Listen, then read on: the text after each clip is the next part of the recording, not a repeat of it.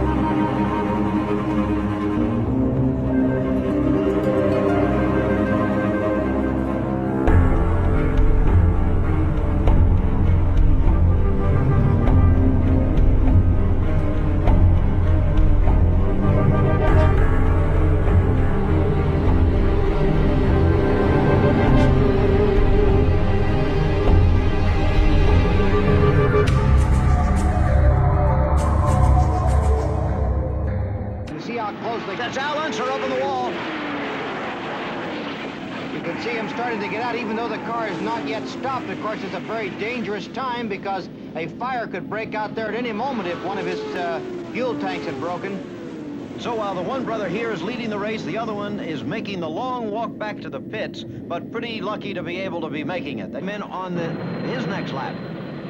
Andy Granatelli waves Joe back to the track, and of course, Joe leaves as quickly as possible, and we expect to see Bobby Unser in the pits very soon now. Pit stops have been really fast, anywhere from... It's Graham Hill out of control. Up against the wall, a wheel bouncing down the track. And no fire. He's getting out. Looks as though he might be all right. He's walking in that same familiar, sedate Graham Hill fashion. And look at this. He even cleans up the track and takes off the wheel that might have caused trouble to another driver.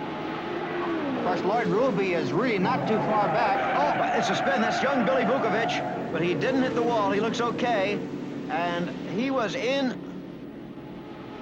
trouble there for a minute, but has avoided the other cars, and they're avoiding him if he gets back up and goes the other way. Billy Vukovich's car sitting on the racetrack, and of course the yellow flag has come out again. Another spin down there. There's Johnny Rutherford, and I think he was hit by Jimmy McElreath's car, number 82. Yes, he was. Car may be all right. Might be able to continue the another spin. Boy, I'm telling you. That's Mike Mosley who came in there a little fast. There must be some oil in the race. Back in the race. However, as far as winning is... There's an accident on the back straightaway, Jim. That's Carl Williams' car. We saw the wheel fly off and go down into the infield, but he brought it under control. The car on fire, as you see, and Carl out of it. Looked as though he bumped the outside retaining wall as he came out of the turn, knocked the wheel off. A year ago, we saw almost exactly the same thing when Parnelli Jones, driving the very first turbine to appear in this race, stopped with, well, less laps than this to go. But it's the same thing all over again. Leonard has just stopped. Do you have any idea what could have happened, Roger? I have absolutely no idea whatsoever. If he didn't run out of fuel, I just can't possibly imagine what could have happened. Perhaps another... Roger, can you believe this? Look at this. The other turbine has stopped. Art Pollard. Well, this is the most unbelievable thing I ever have seen. Actually, we thought that these turbines were invincible. We believed that none of them would experience any problems of any kind, and now they're all out. Graham Hill went out in a crash, but the other two have just plain stopped in the closing laps of this automobile race and is out of it. It's just one thing after another.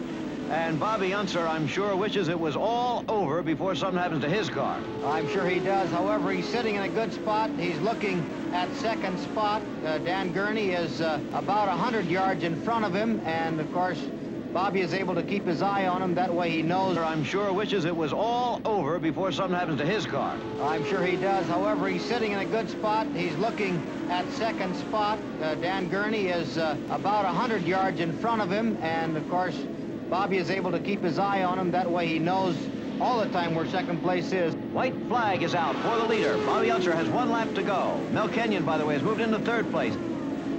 There is Bobby's mother in the white raincoat, rooting him home. She's had three sons who are race drivers. One was killed here at Indianapolis some 10 years ago. The other was in the race today and crashed. But Bobby, it looks like, is going to be a winner.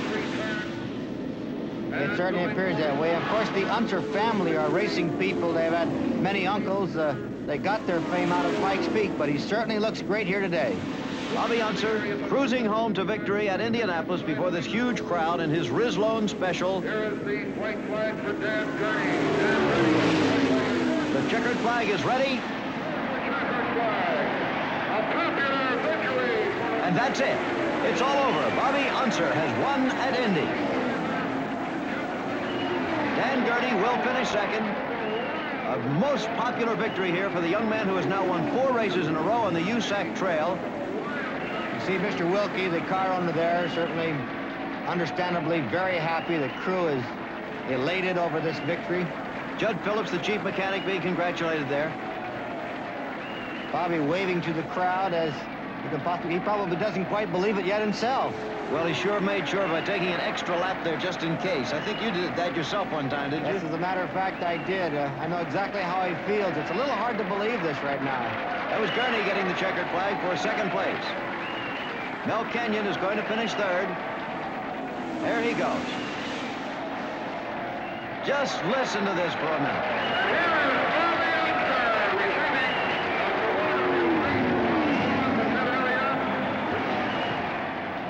Unser moving into victory lane.